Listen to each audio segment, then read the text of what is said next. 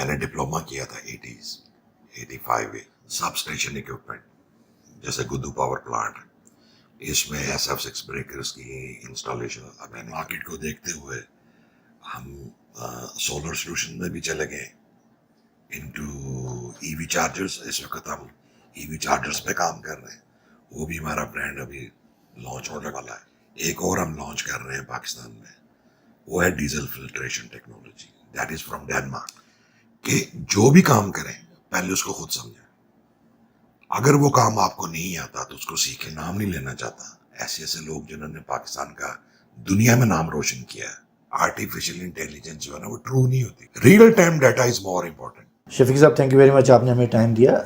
آپ کا ایک طویل ایکسپیرینس ہے اس فیلڈ کے اندر, لیکن لازمی بات ہے آپ نے کبھی تعلیم مکمل کی ہوگی, اور اس وقت آپ نے جب فیلڈ میں آئے ہوں گے تو کچھ خواب لے کے فیلڈ میں آئے ہوں گے. تو کہاں سے اسٹارٹ کیا تھا اور آج اپنی ایک ادارہ چلا رہے ہیں, تھوڑا سا اپنی لائف جرنی کے بارے میں بتائیے گا. میں اتنا کہہ سکتا ہوں کہ میں نے ڈپلوما کیا تھا 85 میں, اور اس کے بعد آئی واز انٹو, آپ کہہ لیں کہ لو وولٹیج اکوپمنٹ کی سیلز میں مجھے اپارچونیٹی ملی. اس کے ساتھ میں سب اسٹیشن کی اپارچونیٹی ملی. سب اسٹیشن اکوپمنٹ جیسے گدو پاور پلانٹ, اس میں SF6 بریکرز کی انسٹالیشن میں نے کروائی. اس کے علاوہ HRC فیوز جو تھا وہ آپ سمجھے 80 سے لے کے mid 90s تک. HRC فیوز جو پروڈکٹ تھی ہماری, that was from check republic. تو وہ بھی ایک پریمیم برانڈ بن گیا تھا. اٹ واز ویری, اس کا مارکیٹ شیئر بہت بڑھ گیا تھا. پھر سرکٹ بریکرز آ گئے مارکیٹ میں, اور اس کے ساتھ ساتھ ایک اور اپارچونیٹی ملی مجھے. کمپنی کے ساتھ کام کرنے کا موقع ملا جدھر کہ ایک سوئس پروڈکٹ تھی. اور پاکستان میں سوئس پروڈکٹ, آپ کو پتا ہے پاکستان شروع سے ہی پرائس کانشیس مارکیٹ ہے.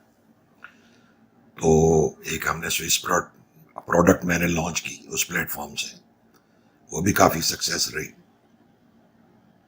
اور اس طرح کرتے کرتے میں ایک سیلز ایگزیکٹو بن گیا. I was selling switchgear equipment all across Pakistan, مطلب لاہور بھی, کراچی بھی. تو میرے وہی کنیکشن ہیں جو آج بھی میرے کام آ رہے ہیں. تو دین مجھے انگلینڈ جانے کا موقع ملا, اور انگلینڈ میں ڈیو ٹو سم ریزن مجھے وہاں پہ اپنی اسکل کو پروو کرنے کا موقع بھی ملا, اپارچونیٹیز ملی. تو ایک بات جو میرے لیے کافی آپ کہہ لیں کہ سیٹسفائنگ ہے, وہ یہ کہ انگلینڈ میں, ابھی آپ نے اسرائیل کا ذکر کیا, تو آئی ریپلیسڈ ون آف دا, وہاں کے نیشنل کو میں نے ریپلیس کیا, جو کہ میرے گروپ میں جتنے پاکستانی تھے اور جتنے انڈینز تھے ان کے لیے یہ بڑا ایک انسپائرنگ تھا, اور اسے کافی رسپیکٹ میں اضافہ ہوا. پھر آئی ٹرائیڈ کہ کوئی اکوپمنٹ پاکستان میں جس کی ضرورت ہو, تو پھر ڈیپ سی کنٹرولز کی طرف ہم نے کوشش کی, لانچ کیا. تو سوئچ گیئر انڈسٹری میں کافی اچھے ہمارے جاننے والے تھے. اس کے علاوہ انڈسٹری میں بھی تھی کچھ واقفیت. تو یہ ہوا کہ وہ ہمارا اسٹارٹ اپ بڑا اچھا رہا, اور کرتے کرتے آج ہم اس سے ہٹ کے, جیسے میں نے پہلے بتایا آپ کو, سرچ پروٹیکشن ڈیوائسز ہیں, پاور کیپیسٹرز ہیں, پاور فیکٹر کنٹرول ریلیز, اس طرح کی یہ کوئی اتنی ہائی ٹیک چیزیں بھی نہیں ہیں, لیکن مارکیٹ میں یہ بلک میں کنزیوم ہوتی ہیں. اور ابھی مارکیٹ کو دیکھتے ہوئے ہم سولر سولوشن میں بھی چلے گئے.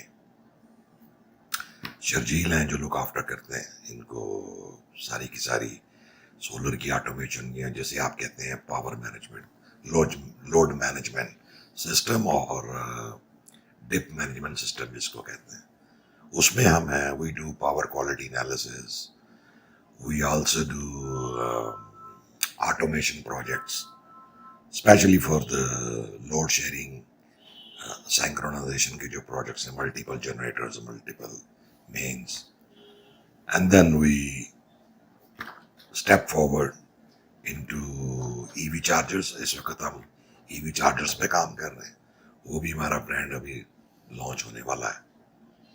اور اس کے بعد جو سب سے بڑا میں سمجھتا ہوں ہمارے لیے کہہ لیں کہ ہم سمجھتے ہیں کہ بڑی پوٹینشیل پروڈکٹ ایک اور ہم لانچ کر رہے ہیں پاکستان میں, وہ ہے diesel filtration technology, that is from Denmark. اور اس چیز کی بیوٹی یہ ہے کہ وہ ٹینک میں, آپ اس کو ٹینک میں پھینک دیتے ہیں, ان ٹینک فلٹریشن کرتی ہے. بہت سے لوگوں کو یہ بات پتہ نہیں ہوگی کہ ڈیزل جو ہے بیسیکلی, ڈیزل کے اوپر پانی جتنا بھی ایٹماسفیرک موائسچر ہوتا ہے, ایک تو یہ اس کے اوپر آتا ہے, لیئر کرتا ہے. دوسرا سب سے بڑا مسئلہ ہوتا ہے کہ پانی کی وجہ سے اس میں بیکٹیریاز پیدا ہو جاتے ہیں. بیکٹیریاز کی وجہ سے ٹینکس میں سلج بنتی ہے. سلج از ناٹ مٹی جو باہر سے آئی ہے, that is the waste of a bacteria. اچھا, اس سے کیا ہوتا ہے, کیونکہ ڈیزل پانی سے ہلکا ہوتا ہے تو پانی اس کے نیچے چلا جاتا ہے, تو جو پیور ڈیزل ہے وہ اوپر ہی رہ جاتا ہے اپر لیول پہ, اور باٹم پہ چلا جاتا ہے پانی. اب پانی اور ڈیزل جہاں پہ میچ کر رہے ہوتے ہیں, یا مطلب جہاں سیپریشن ہوتی ہے, اس میں بھی ایک گرے فیول ایریا بن جاتا ہے جس کے اندر پانی ہوتا ہے, کنٹامینیشنز ہوتی ہیں. اور سب سے زیادہ کیونکہ ہم جنریٹرز کے ساتھ پچھلے 23 ایئرس ہیں, جنریٹر کے انجیکٹرز, ٹینکس میں زنگ لگ جاتا ہے, ٹینکس لیک کرتے ہیں. اور ان کو جب ڈیزل ٹینک خاص طور پہ یا بلک ٹینک کی آپ بات کریں تو thousands of litre diesel is waste ہو جاتا ہے, اس کو پھینکنا پڑتا ہے کیونکہ پیور ڈیزل, یا جب آپ ٹینک کلین کرتے ہیں تو آپ نے جتنا بھی اس کو نکالنا پڑتا ہے, جی وہ نکالنا پڑتا ہے. تو یہ ایک میں سمجھتا ہوں کہ پاکستان کی جو اکانومی ہے, فیول کاسٹ ہے, ریپیئر کارڈ اس سے 3-4 گنا زیادہ ریپیئر کاسٹ جسے ہم کہتے ہیں, تو یہ اس میں بھی کمی آئے گی. لوگوں کے جتنے پلانٹس چل رہے ہیں ان میں ڈیزل کے پرابلم کی وجہ سے, کوالٹی کی وجہ سے جو ڈاؤن ٹائمز آتے ہیں وہ لیس ہو جائیں گے. اور میں سمجھتا ہوں کہ یہ ہماری ایک کنٹریبیوشن ہوگی بینگ اے پاکستانی, کہ ہم خود تو کچھ نہیں بنا سکتے, لیکن ہم دنیا میں ہمیں کوئی اگر ٹیکنالوجی ملتی ہے, اور جیسے کہ جو میرے سینئرز ہیں ماشاء اللہ دے آر بگ کمپنیز, تو ہم نے ان کو فالو کیا ہے. تو اس میں یہ ہے کہ جو بھی کام کریں پہلے اس کو خود سمجھیں. اگر وہ کام آپ کو نہیں آتا تو اس کو سیکھیں, جب آ جائے تو جو آپ کے قریب لوگ ہیں, جو آپ کی ٹیم کا حصہ ہیں, ان کو سکھائیں, ہیومن ریسورس پہ انویسٹ کریں. اچھا سر, جب آپ نے ڈپلوما کیا تو عام طور پہ ڈپلوما کرنے کے بعد لوگ ٹیکنیکل سائڈ پہ چلے جاتے ہیں, آپ سیلز کی طرف چلے گئے, تو وہ کیا موٹیویشن تھی جو سیلز کی طرف آپ کو لے گئی؟ مجھے اپرچونٹی ملی. میں اگر چاہتا میں فیلڈ میں ریپیئرز یا اس طرح کا ٹربل شوٹ کر رہا ہوتا. آئی واز ویری فارچونیٹ کہ مجھے اللہ تعالیٰ نے ایسے لوگ دیے جنہوں نے مجھے اپرچونٹی دی. اور پھر جو سیلز میں مزہ ہے اس میں یہ ہوا کہ ایکسپوئر بڑھا, لوگوں سے ملے, مارکیٹ کا پتہ چلا. اگر میں نے وہ فیلڈ ورک نہ کیا ہوتا تو میں شاید یہ والا سیٹ اپ نہ چلا سکتا. سیلف گرومنگ کے لیے آپ نے کیا کیا اپنے آپ کو؟ لازمی بات ہے دیکھیں, آپ سے جو بھی پڑھا لکھا آدمی ہے, چاہے آپ سے ایک دن سینئر ہے, چاہے وہ کالج ہے یا دنیا کا وہ کوئی کام بھی کرتا ہے, جو کام آپ کو نہیں آتا اس کو سیکھیں, رسپیکٹ کریں جو آپ سے بہتر کر سکتا ہے, اور ایکنالج کریں. ابھی ایک آپ کہہ لیں کہ میں لوگوں کو سن رہا تھا میڈیا پہ, تو جو پڑھے لکھے لوگ ہیں جن کو آپ دانشور کہہ سکتے ہیں, وہ یہی بات کر رہے تھے کہ ہماری کلچر میں ایک چیز منیمائز ہو گئی ہے, ہم کمپلیمنٹ نہیں کرتے, ہم دیکھ کے کسی کو مسکراتے نہیں ہیں. اور اگر کوئی بندہ ہماری طرف لپکے اور ہم دیکھیں کہ وہ اچھائی میں بھی مجھ سے آگے جا رہا ہے تو آپ کو اس سے بھی جیلسی شروع ہو جاتی ہے. پھر ہم کیا کرتے ہیں کہ جتنے ہم اب تک آپ دیکھیں ہسٹری میں ایز اے پاکستانی میں نے سوچا ہے میں نے تو کچھ نہیں کیا.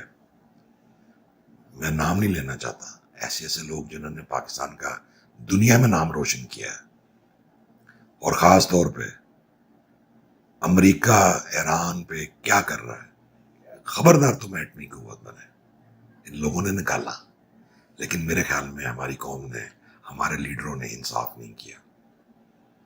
تو میرے خیال میں ہمیں ایز اے پاکستانی اپنے ہر پاکستانی کو سپورٹ کرنا چاہیے جو نیتاً ایماندار ہو, سیکھنا چاہتا ہو. You must do some thing.